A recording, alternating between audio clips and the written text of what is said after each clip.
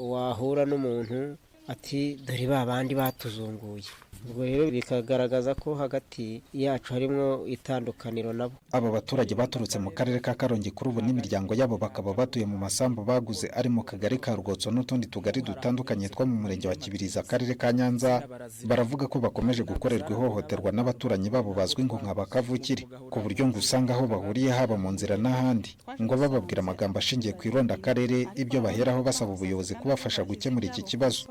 Iryo n'irondakarere bafite ntago ari ibintu nge naca ku ruhande kuko bitukorerwaho turabibona. Nk'ubu hari ahantu mperutse kugura ngiye matera insina barazirandura kandi ntago zaranduwe n'abandi bantu bakure nabo twaguze. Umuntu mugahurira mu nzira akaba yaguciraho umwenda.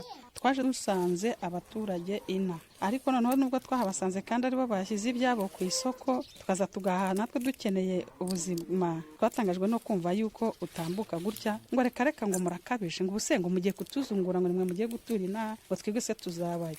Iyo dutumye abana kuvoma abandi barabakubita, abakuru bahari aho bakabavugiye nabo bakavuga ngo nibyo, ngo abanyakarongi bavome nyuma kuko ngo iyo kano batayubatse. Abana rero bacu bagakubitwa cyane, tukaba twumva nk'ubuyobozi bwadufasha bukaturwanyiriza icyo kintu kijyanye no guhohoterwa ngo ko turi abanyakarongi. Icyakora ku ruhande rw'umunyamabanga nshingwabikorwa w'umurenge wa Kibirizi Murenzi Valence avuga ko iki kibazo kidakwiye gufatwa nk'uko aba baturage bari kucyita, ahubwo ngo gikwiye gufatwa nk'amakimbirane asanzwe aba hagati y'abaturanyi. Ibyo ashingira avuga ko bigiye gukurikiranwa bigashakirwa igisubizo. Izo kese rwose kuba bazi ko zirahari, ariko uko bazifata yewe nk'umuyobozi ntabwo ariko mbifata, bifata nk'amakimbirane, ahubwo njye nacyo buri itangazamakuru ridufasha.